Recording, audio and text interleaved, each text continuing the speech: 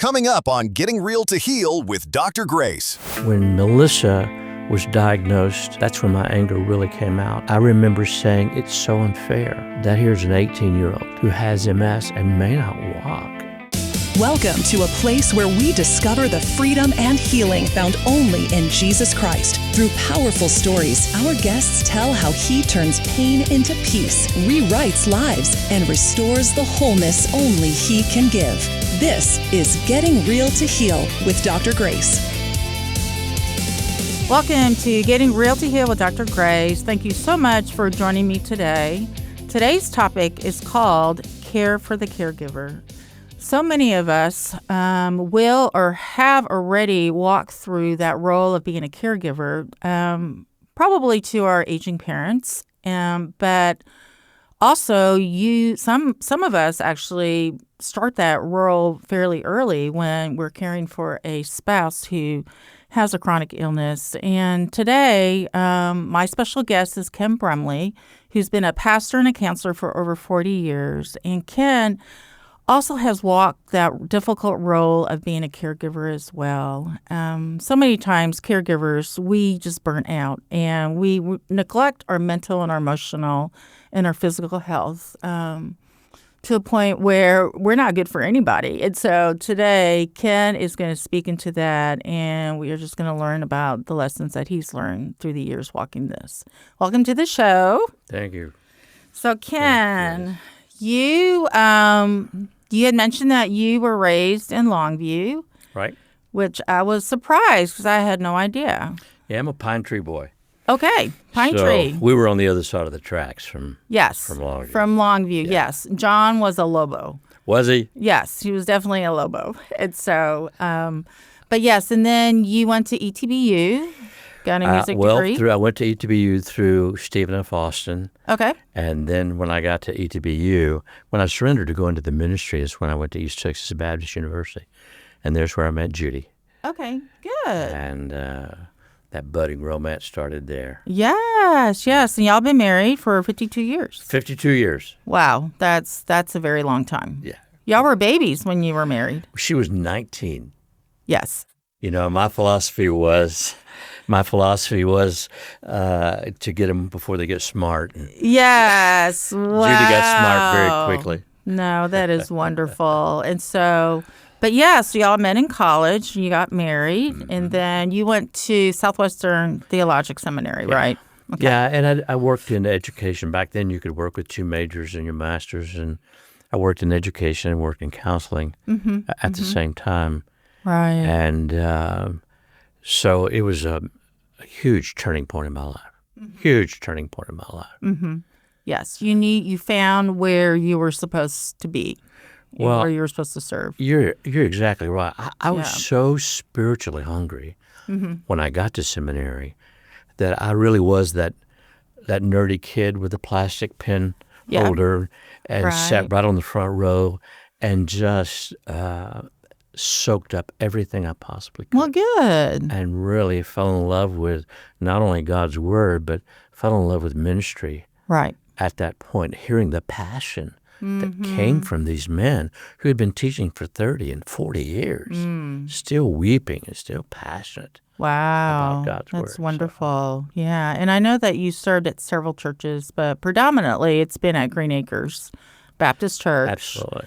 And that you were the director of Grace Works Counseling for several decades. Yeah. Yes. And so, I mean, you only retired just a few years ago. Yeah, I retired 2 years ago from Grace Works, where I'd been for 30 years. And when I first came to Green Acres, I came to do both family counseling and singles. And so from there, traversed, we talked about start opening a counseling ministry, and that's what they did. Right. So. And it's still very needed and thriving now, and which is wonderful. So, So tell us about when you and Judy got married. Y'all were married young. She was in pretty good health, and y'all were just a happy young couple and just going through school, going through life, and trying to figure out, I don't know when y'all started having kids, but But Judy, when was she first started noticing some symptoms that she was having? Well, we've talked about this many times, Judy and I have, about the exact time. And it's hard after you go back for so many years to think about what was exactly taking place during that time. We had already had both of our children. Okay. And probably when Judy was diagnosed, it was at a time when we had been here for about maybe 8 years or 9 years, something like that. And she began to feel numbness in her feet, and so we went to several doctors, and then she began to feel numbness in her hands and fingers. And after, no one really wanted to diagnose her. And so finally we wound up with Dr. Collins, who is an incredible doctor, neurologist, and he was so empathetic and just said, we're going to do everything we can to keep from diagnosing this as multiple sclerosis. And he said, because there's some other issues that are kind of clouding it too, and that's the neuropathy. And so when we found that out, well, we had to do some recalibrating on the speed of our life. Yes, and for then sure. About 5 years after that, Melissa, our oldest daughter, she graduated from high school, and she began to feel numbness in her feet, and in her hands, and very similar symptoms. Very similar, right? And they always told us that it's not an inherited thing, but put a question mark in a few boxes. I think there's a familial disposition to it, Yeah. So when Judy was diagnosed, she was still a young mom, and she was still trying to raise the girls and, cope with all these weird neurological symptoms that she was having. And so, and MS is one of those diseases that you don't give that diagnosis until everything else is rolled out. Right.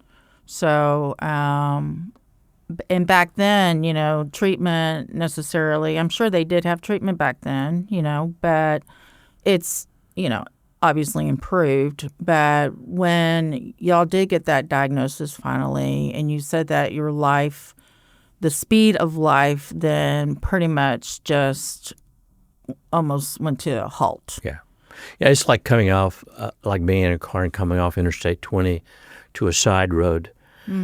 And the concepts of conversations talking about the if and whens, because we understood, and Judy is a genius, and she will consume an issue. And so she was my teacher as much as anything else about what to expect, what to look for. Okay. And so there came those days to where she couldn't move, go, do, and and so she had really given me the freedom to, up until this happened, of having a ministry and having a life, and then having a family too. But all that began to change at that moment. I had an understanding of caregiving, and I'm married to somebody who is extremely independent. You probably don't know anything about yes, that. I know. But Judy is very independent. She is so smart. She's so smart. But, ours was so slow and gradual through that, that we really learned to make those adjustments, because we started, let's see what we feel like this weekend. Okay. Whether we make a big decision or not. Right. A month from now, let's. Right. We may have to hold off and wait till. It just became a few way days. of life. Right. So you did have some time to emotionally and mentally adapt to what your life was going to be, looking like, obviously. And so, and that's something I think a lot of people have a hard time digesting, especially if it's a acute, diagnosis or illness that is profound, Yeah. But Judy, even though she was very independent, she probably didn't ask for help much from you, but she obviously still needed help. And so was she able to embrace, that diagnosis of MS with like optimism and just saying, hey, we're gonna make the best of this, and we're gonna, she remained hopeful and optimistic. Yeah. Well, when we first started taking what we treated it with was steroids, large amounts of steroids. Well, it has its side effects too. You can have ups and downs, and you can have emotional. Right. Don't sleep. Yeah. Right. It can do anything. But what I loved so much about Judy is that not only was she independent, but she really had this attitude of accepting it, I think, long before I did. Because as a man, my way of initially dealing with it was to be angry. Or I didn't understand grief at that point. But, she said, this is who we are, and this is what we've got, and we're not alone. Yeah. And so yeah. That great attitude made everything, right. all the difference in the world. And that helped you come to that place of acceptance. Oh, absolutely. She took me there. Yeah, she definitely did take you there. And I can see Judy saying that. She's like, this is where we're at. This is our lot for now, and we're going to make the best of it. Yeah. And so it didn't really, it impacted your family for sure. And I'm sure the girls all just kind of rose up to the occasion, and everybody just kind of knew Mom would have some good days and some bad days. And Judy was able to, allow you to continue to work, but I know you always had the phone nearby. So if she needed you home or whatever. Sure. That because y'all were fairly young when she was diagnosed. Yeah, she worked overtime in protecting both of our daughters from the day to day. And if you ask her how she was feeling, if the girls were around, she was going, I'm okay, I'm all right. And she had an understanding of what not good and okay, and stop asking me that question. Right, level right. Like was, and it was different to Grace when Melissa was diagnosed. I think our time of grieving really came to the surface, and she expressed more grief about Melissa because she was just 18 years old. And that became a conduit, I think, for her grieving and for that determination of it is what it is, and we're not alone. God has allowed this to take place, so whatever it takes, whatever it takes. And Melissa pretty much became bedridden at first. Yeah, okay. She lost use of her legs, and she was just getting ready to go to Dallas Baptist University. So when the steroids began, the intravenous stuff began, she would cycle through and the episode, and we got her off to school. And but when she was down, she was down. She was down. Yeah. Wow. Oh, I bet it was very hard on not just Judy, but also on you as well, because you feel so helpless. And, Well, for a husband, the concept of being able to, God's giving us that command to protect and to provide. And how do you protect from something unseen?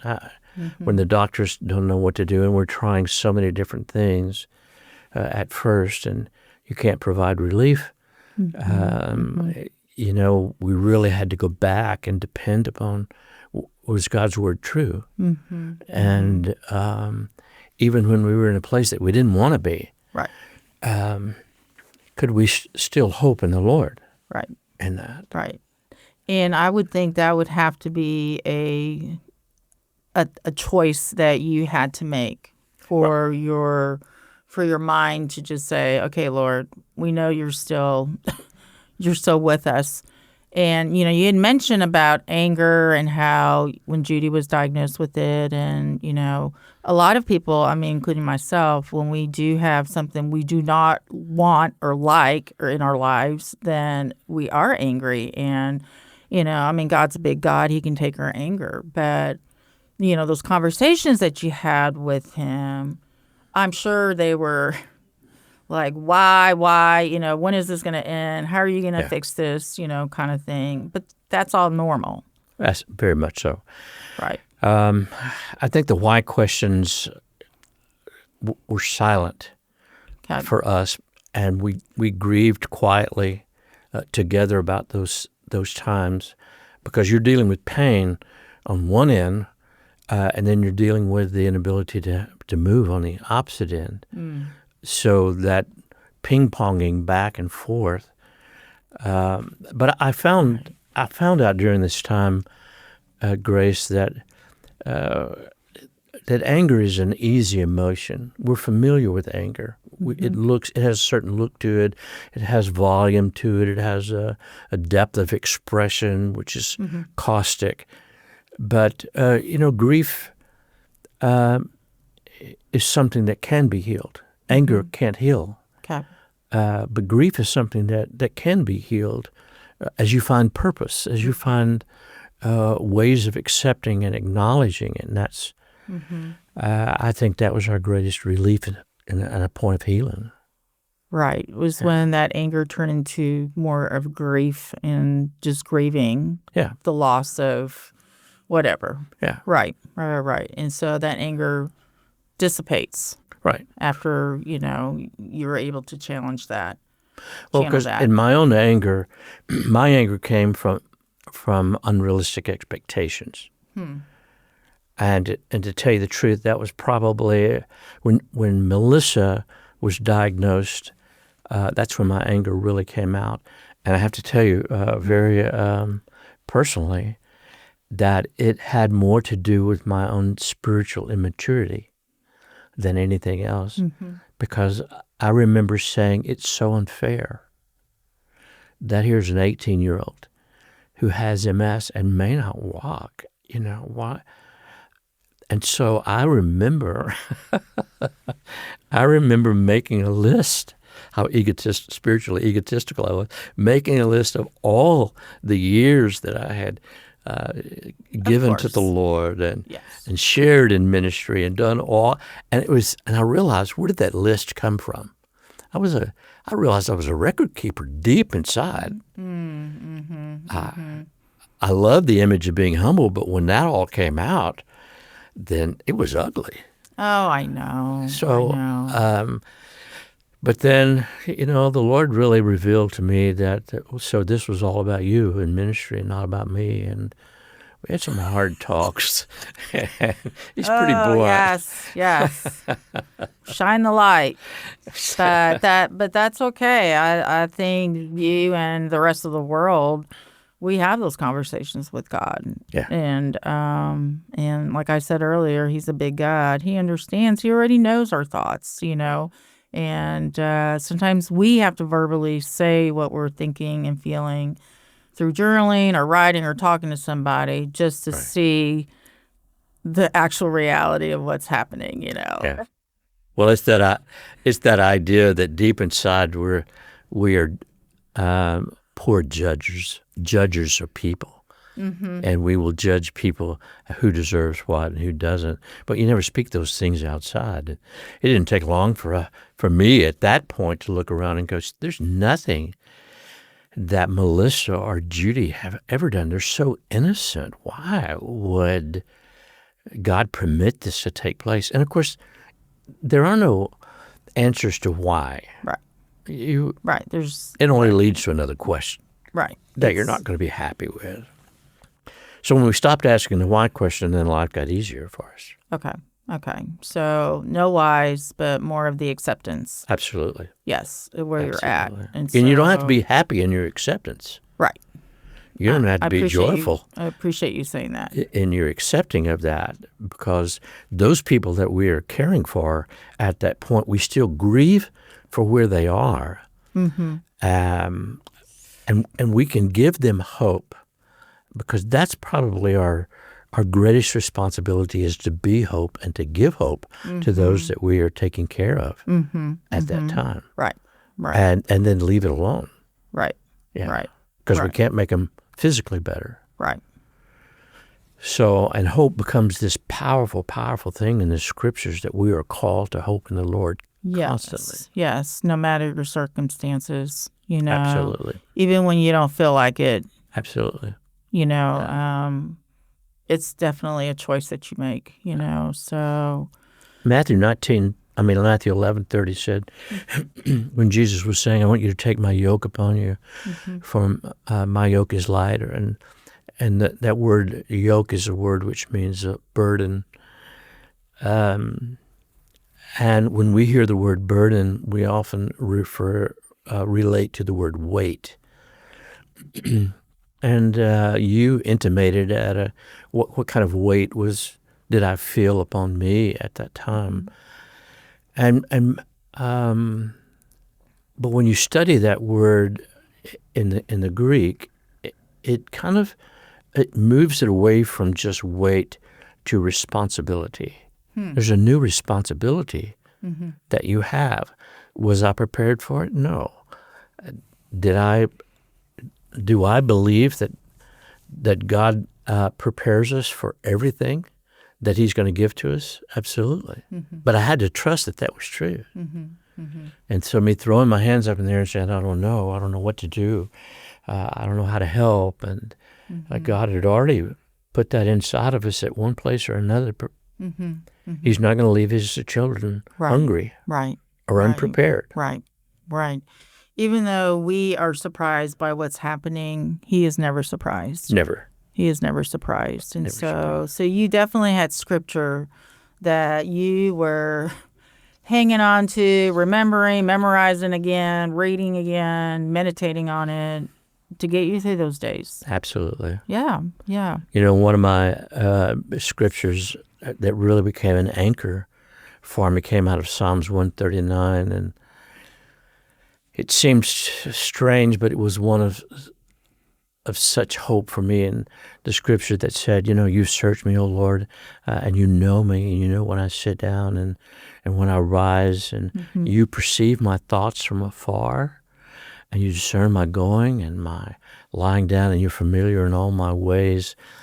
And I felt I could either feel trapped, that God knew everything that I was thinking, or that there was a security in the fact that He knows exactly where we are and where Judy was. And that He had already prepared us deep inside for whatever is going to happen. Right. Didn't take away the pain. Right. But most people, it's like Viktor Frankl said when he was in Auschwitz as a psychiatrist, when he wrote the words, man's search for significance, he wrote the words, he who has a why to live can bear almost any how. And so the why of our life was about the Lord. And so bearing that was a different ball game. That mean we didn't get angry at God that our ideas or our desires were disappointed at times, but that God knew exactly where we were and what was going on. Right. And you had also mentioned that was about the time that your parents then moved in with you. So, and that was actually Judy's idea. Yes. Of all things. You're sweet Judy. Here she was in the midst of this. Melissa was doing well. She was married to, at that time, and Mitchell Craddock, her husband, was just magnificent man, had magnificent parents, understood the concepts of caretaking because his parents had taken care of their parents. Just like in my own, we watched that filter down from one generation to the next. So he was probably the best caretaker in the world for Melissa. But I forgot what your question was. Oh, your parents moved in. My parents, yeah. Yes. Well, we began to see Mom and Dad. Mom called. They were both getting older. Mom called and said, you need to come over here. I need you to see something. And so we went to Longview. My dad was the neighborhood pops kind of guy that fixed all the small engine and engines, lawnmowers, weed eaters, and everything. And so when I got over there and walked into the garage, he was standing in the garage. And he had probably 4 lawnmowers torn apart and weed eaters, and he forgot how to put them back together. Oh, yeah. And he was an electrical and mechanical engineer. Wow. You from knew something LaTourneau. was up. Yeah. Yeah. For sure. So we began to make plans. We brought them over and started caretaking for them about 6 months later. Yeah. Well, I had the privilege of knowing your father because I took care of him, I guess, the last 3 years. And I know that was really hard on you, especially when you're dealing with, just memory loss. And, and that's a whole nother, struggle that caregivers go through. Because I know that you've counseled other, people that have spouses that are not cognitively there anymore. And that's a lot of grief and mourning, I'm sure. Sure. Well, there was one realization, Grace, that we realized it was a bigger hurdle than what we thought, and especially for my mom. If you've had logical conversations with someone, they were married for 65 years. Right. If you've had a logical conversation with somebody, you ask a question, they give you a logical answer. And now all of a sudden, that path of logic is gone. Yeah. And they're saying things and doing things, and or they're making decisions that are not logical at all. My mom's first response was to be angry at him for not being okay, for not being right. And, he was reverting back to a 16-year-old boy again. And there's some hilarious times in that, of course. But I can see your mom. Yes. Well, when they were in the care center, my dad pulled me aside and said that he had fallen in love with a lady who came to clean the rooms. She was a little Spanish girl. And Mom is sitting across the room just mad as she can be. And then she said, yes, and he's invited me to the wedding, and I'm not going. I went, Mom, this is crazy. That is this funny. is, of course you're not going. Right. So, but Dad was always a happy guy. He was going to love everybody, going to hug everybody that he could. And he was such a great example of caring for people in my life. Right. So they lived in your backyard.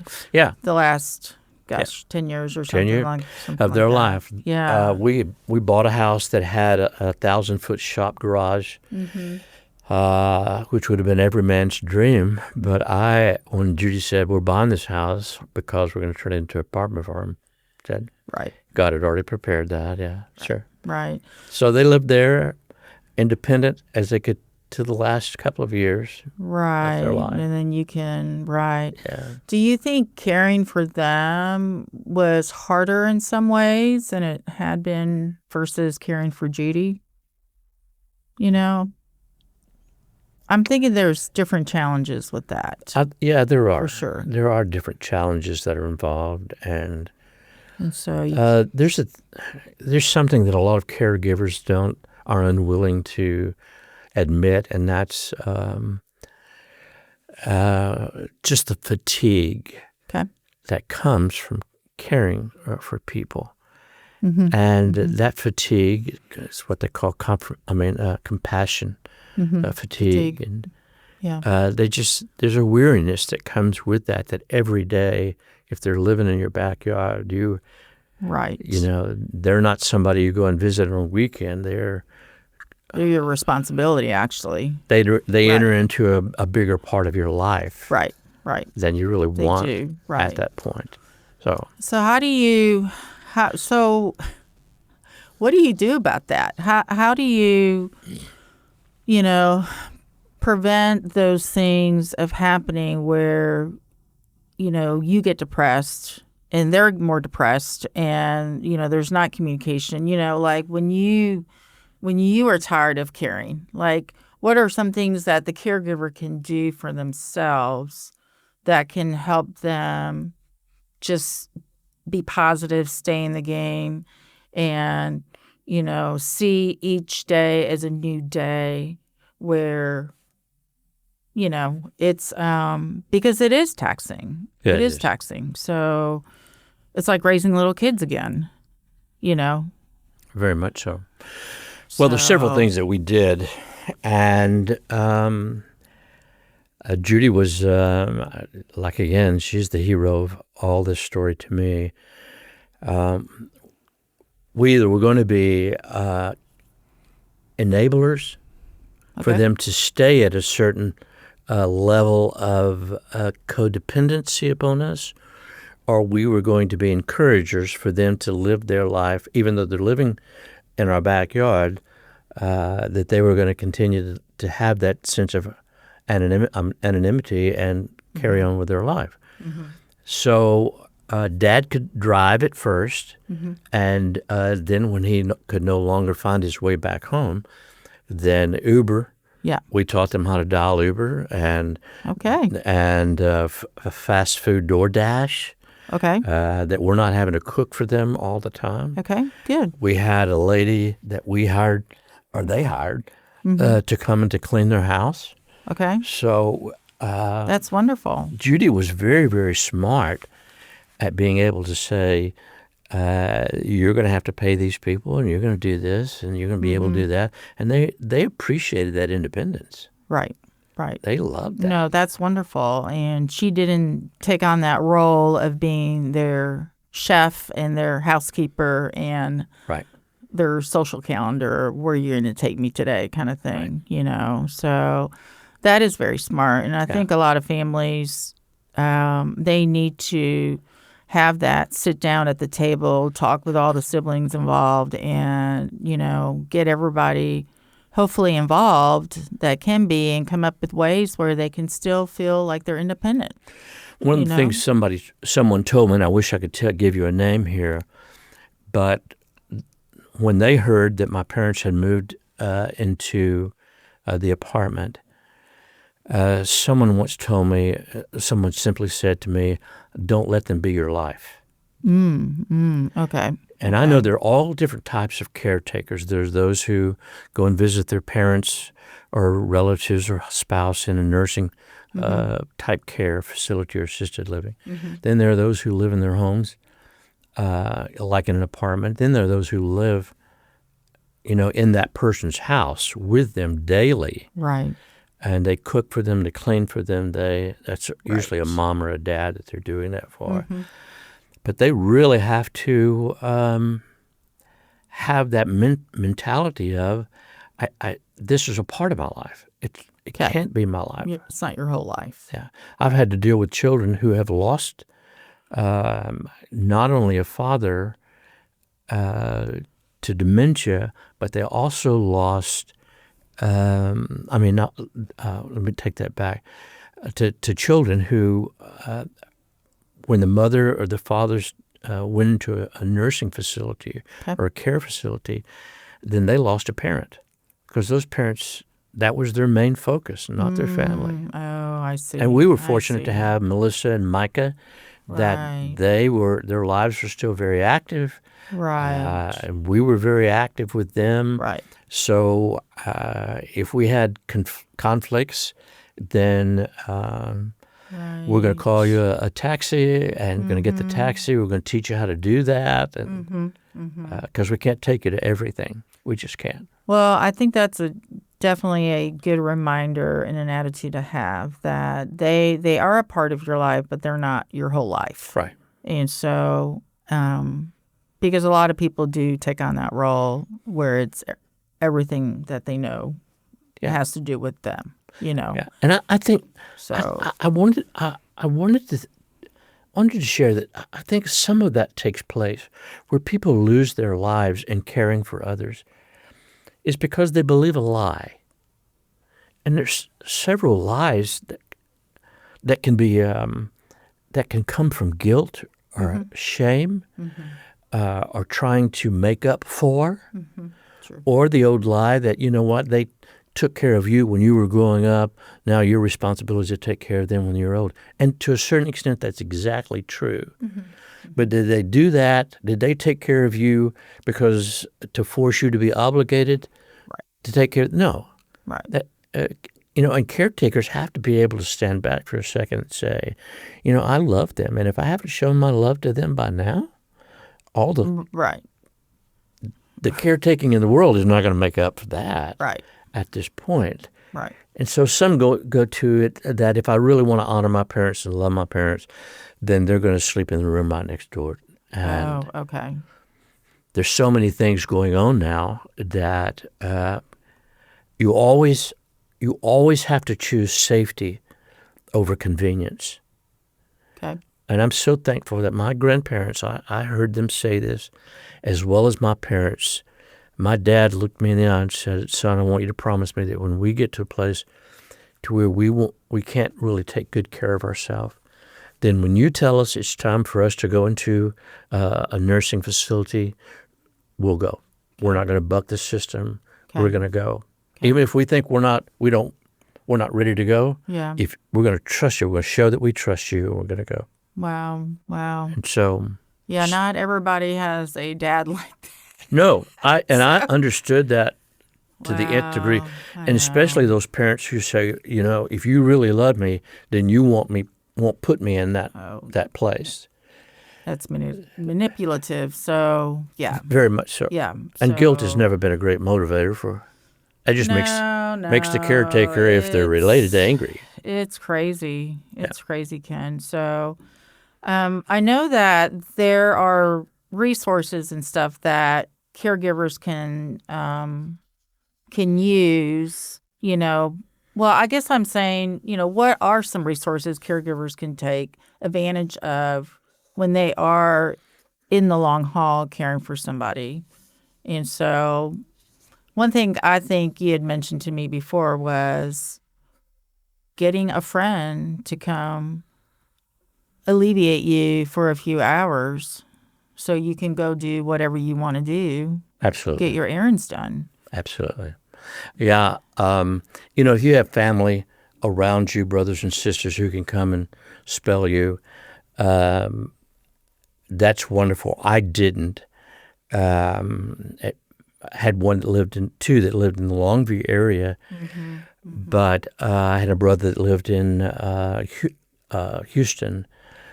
But here's where Judy is just driving force, that we're going to be not responsible for them, but we're going to be responsible to them. And there was a big difference there. When we feel as if we're responsible for someone, then we take on an extra heavier weight than really what should be. But being responsible to hope, to pray, to facilitate the best we can. But for caretakers, they have to be bold enough to not stop living. Okay. In order to help this life. Right. And mentally, you need to have a friend who'll go to the show with you, who'll go out and eat with you. Right. You've got to be able to get away, or compassion fatigue is just going to eat you alive. Right. And burnout is right around the corner. Man. And you're not going to be good for anybody. Well, because with burnout comes anger. Right. And everybody can pick it up. Anger isolates. And I've had caretakers who have lost the person they were caring for, and they go into isolation. They stop. They just want to shut down life. Okay. And they really can't do that. That's why you stay active during this time, so life goes on after the Lord has taken them on. But they've they really have to pay attention, take care of themselves. When you mentioned resources, there's some really good books. There's one out there called Already Toast. Yes. By Kate Washington, and dealing with that concept of fatigue. There's one by Suzanne White, Self-Care for the Caregiver. And one I wish that I would have read years ago by Laura Watts was, Let's Talk About Aging Parents. Okay.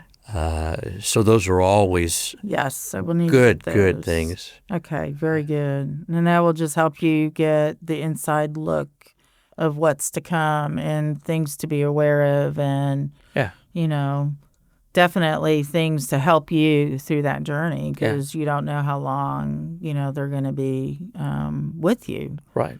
And most people who come to me and say, I've got parents I'm taking care of now, I'll ask them, I said, so what's the end game? What's the plan that you have at that point? Are the wills all taken care of? Or do you have a plan for what's going to take place? Because you don't want to arrive there suddenly and say, I don't know what to do. Mm-hmm. Right. I don't know who to call. I don't know what to do with this person or anything. I know. And if you have that plan, then you can find peace. It's so much easier for everybody. I remember John's mom, she died from Parkinson's, and the last 7 years of her life, she got to a place where his father basically was 24/7 caregiving to her. She had to be fed, dressed, bathed.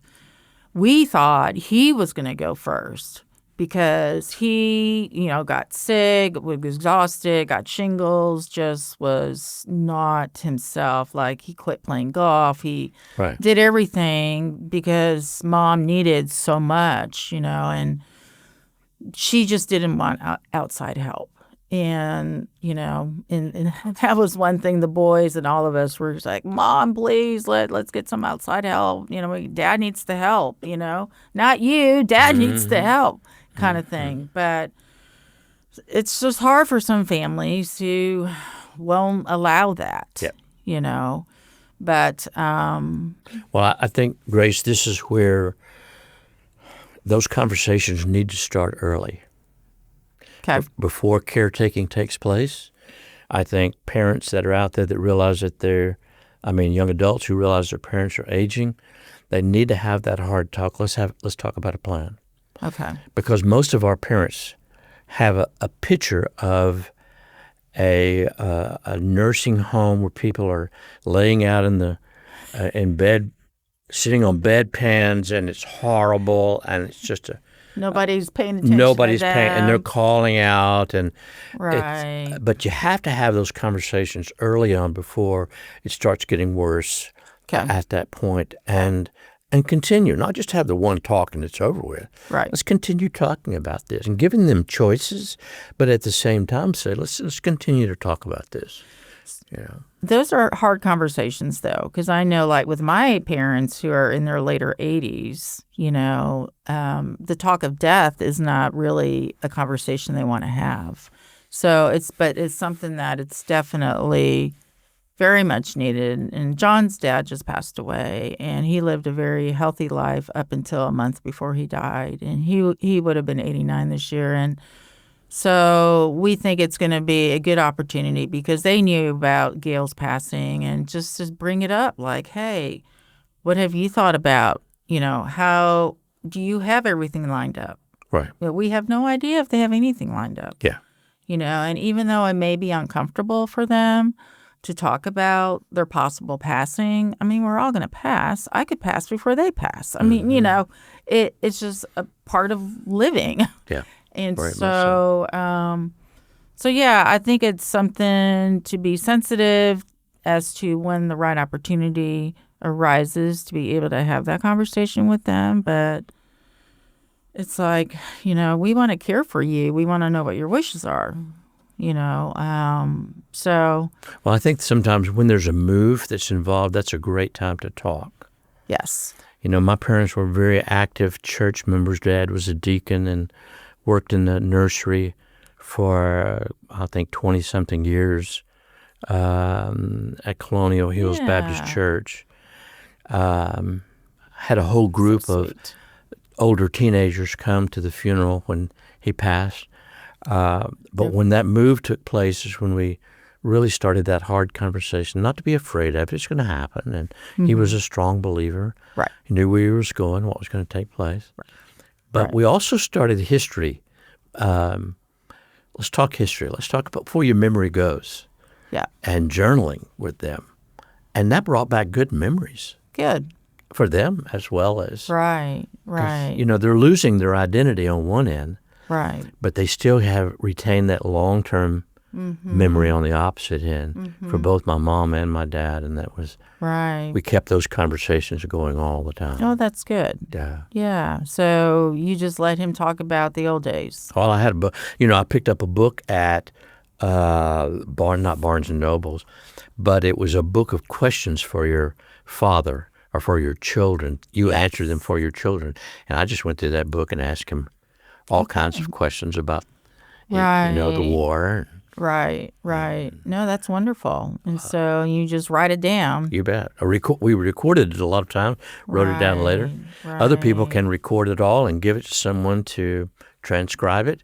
You've got a history for your great-great-grandchildren. Right. Oh, I know. It's wonderful. Yeah. It's wonderful. So I wanted to talk a little bit about, when that day comes when the loved one does pass. So many times the caregiver, I'm sure they are just a huge, big bag of emotions, mixed emotions of what's happening. And so what would you say, for those of us, the body of Christ, being able to come around that caregiver and letting them know and reminding them they're not alone. They've been walking this difficult journey of just being sure to give the best care they can to their loved one. But then when they do pass, what are some things that we, as, the body of Christ, should be aware of to make sure the caregiver is gonna be okay? Right. Because their whole life is changed again. Right. So. Well, I think the church that God created a long time ago, and even the organization, the concept of here's the best and purest religion of all is to take care of your orphans and your your widows, setting out that norm of it's not just until the funeral, and 3 weeks after the funeral, and everybody disappears. After you've eaten the last potluck that was dropped off, and that kind of mentality. But I'm Southern Baptist, and Southern Baptists grew up dividing their people into age groups, Sunday school classes or connect groups. And those connect groups become small churches in and of themselves. They're aware of what's taking place. They have access to resources within that church to be able to help. We have organizations that come along. We have senior adult ministries that can partner with those folks. And then when you begin to allow the church to understand that this is where we are and here's some of the things we struggle with, well, if you're a church that has, 300 members, sometimes 100, then the word goes out. Right. That, but you participate in those with other people. They participate with you. Right. So the body of Christ begins to function really well. Right. When you ask about the caretaker, what happens to the caretaker during that time, I would really encourage them to give themselves the freedom to go through different emotions. Okay. Because here's a unique balance. You've got both regret and rejoicing going on. And so how do you feel the sorrow or the sadness of losing someone, and yet this feeling of relief right on the opposite end without feeling guilty about that? Right. And a burden has been real, lifted off of your shoulders. Right. And sometimes, people feel so ashamed or guilty for feeling, is it okay that I'm okay? Right. Yeah. And it's okay to verbalize that. It's okay to verbalize that. Right. It's not emotions those are not bad or good. Right. I know. It's just But how we you lose feel. sight. Right. We lost sight of the amount of time, especially in the last year, the amount of time that we spent having to care for them more, especially even in a nursing facility. Mm-hmm. The calls from nurses, from all of those things. And so Right. by the time that both of them went to be with the Lord, I remember Judy and I sitting there and just kind of after everybody had gone Mm-hmm. and taking a deep breath and going, okay, here's another chapter. Right. There's freedom, and Mm-hmm. we didn't try to measure whether we did good or bad, or Right. were we faithful? Yes. Right. And there's where Right. caretakers have to be careful. Measure your faithfulness. Okay. I was there. I was obedient. I did the best that I possibly could. Mm-hmm. But was I also responsible to my children, Mm-hmm. Mm-hmm. being a mother, being a father? Right. Right. Because there's your first responsibility, Mm-hmm. even from a biblical perspective. Correct. So I would want all caretakers to be able to grieve for the loss of presence Mm-hmm. and position and even conversation, but rejoice in the fact that they would never want to come back. Right. They're in a much better place and rejoicing Oh, yeah. like we can for never sure. imagine Right. in our life. Right. I know. But we I have to talk know. about those things. Right. We do. We do. And I know that our church, because it's a very large church, we have had Grief Share, which has been, like a 6-8 week kind of study where you gather people who've lost loved ones, and you're there to kind of process through just the emotions and all that. And so, and I'm sure if your church doesn't have one, that you could find a local church that does have that Absolutely. program. We still do Grief Share. Mm-hmm. We do it twice a year, I believe. Okay. And the unique thing about it is for men and women, for moms who've lost children, Mm-hmm. Teenagers, babies. Okay. It is a common vocabulary. And Okay. finding the words, as you well know, Grace, if a man can find the words, he can find healing. Mm-hmm. Mm-hmm. But most men don't heal very well, very fast, because they don't have the words like a woman would. Mm-hmm. For that, their vocabulary is so much bigger. But Grief Share helps them find the words that Okay. allows them to. That's what's so powerful about the Word of God, is that it gives us a vocabulary to say, I'm afraid, I'm angry, I'm frightened, like David. Right. Right. And then the understanding of hearing God speak to us and say, you're exactly who I want you to be. You're doing a great job. Right. So right. thankful for you being obedient and patient. And Mm-hmm. Mm-hmm. so I would want those caretakers and caregivers Mm-hmm. to realize that their relationship with Christ will give them the relief and the release that they need. Okay. Awesome. I love that. Yeah. Yeah. So that's what they have to hold on to. Yeah. Because he is our hope and our anchor. Yesterday I got news that there was a sweet friend of mine who lost their 24-year-old son. And so I went there yesterday to just be with her. I had no words to say, but she knows the Lord, and I know she's going to end up being okay. But those are just those moments. It's just like, Lord, how do you tell somebody joy is going to come back to you? Joy is coming back to you in the morning one day. I agree. I agree. But just it's just going to be a process. And I think counseling you had mentioned also is huge. Well, to me, the smart ones, go to it's counseling. Like all counselors say, there's only two types of people in the world: those who are in counseling and those who need to be in counseling. Yes, I know. But all of counseling truly is about vocabulary. Okay. People come in to talk. They're coming in to do one of two things. They're coming in to pray, and you are nothing more than a priest as a counselor. Okay. I don't care how many degrees you have in counseling.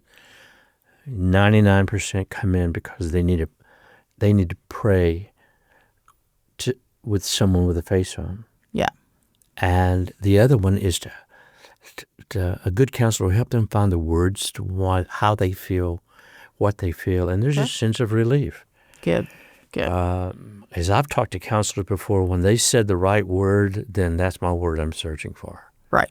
And I feel better. I think people who are long-term caregivers, especially for those who have lost access to that person that they love, to their mind, or to their, I think they need counseling more than anything else. Right.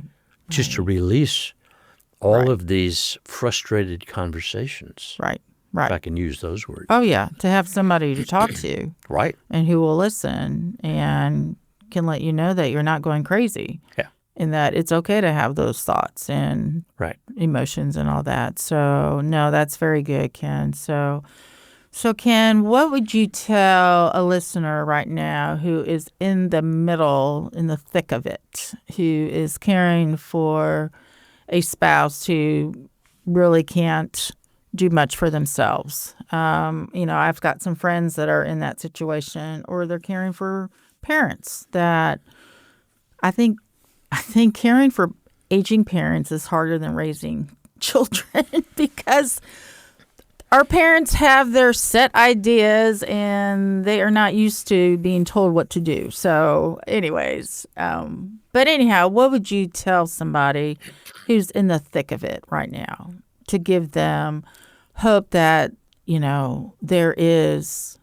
there's going to be sweetness in this journey despite how hard it is? Right. James 1. Wow.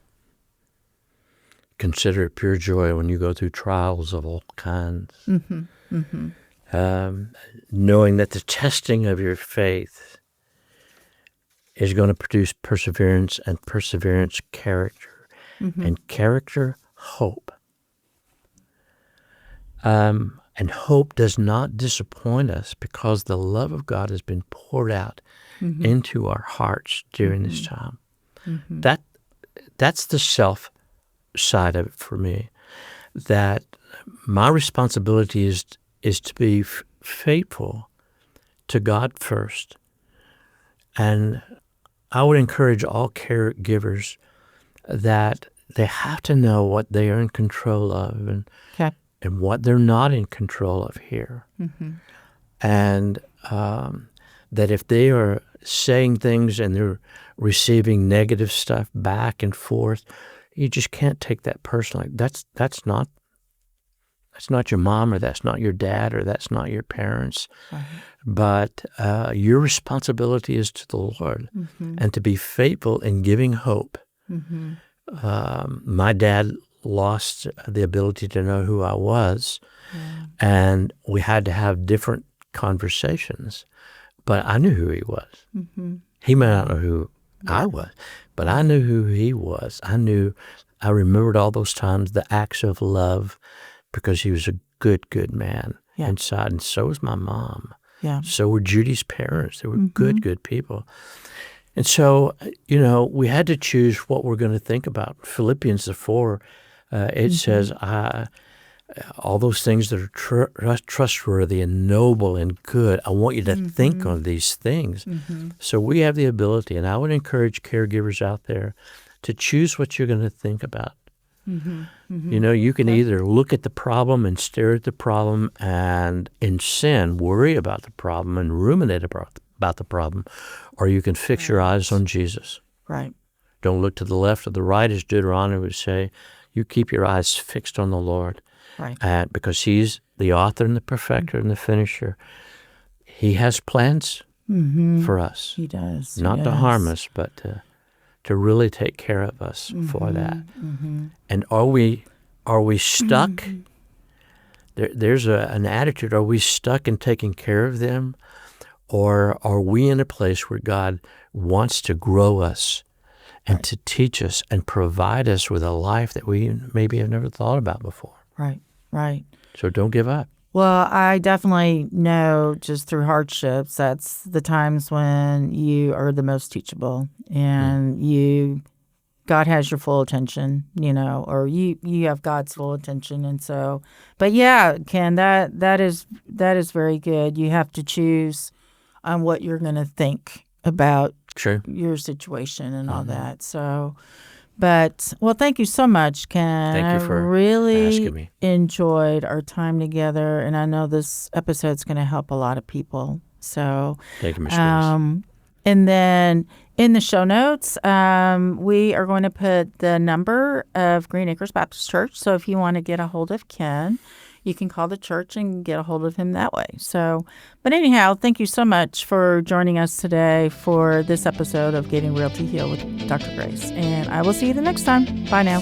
This podcast is made possible in part by Express Employment Professionals, the leading staffing agency in East Texas, helping thousands of businesses find the right employees. If you're looking for a job, visit expresspros.com to learn more. If you enjoyed this podcast, visit deepintheheartministries.com/podcast, where you can find all previous episodes, subscribe to our channel, or leave a suggestion for future topics. You can also email Grace at drgraceenglish.com. Thanks for listening, and we'll see you next time.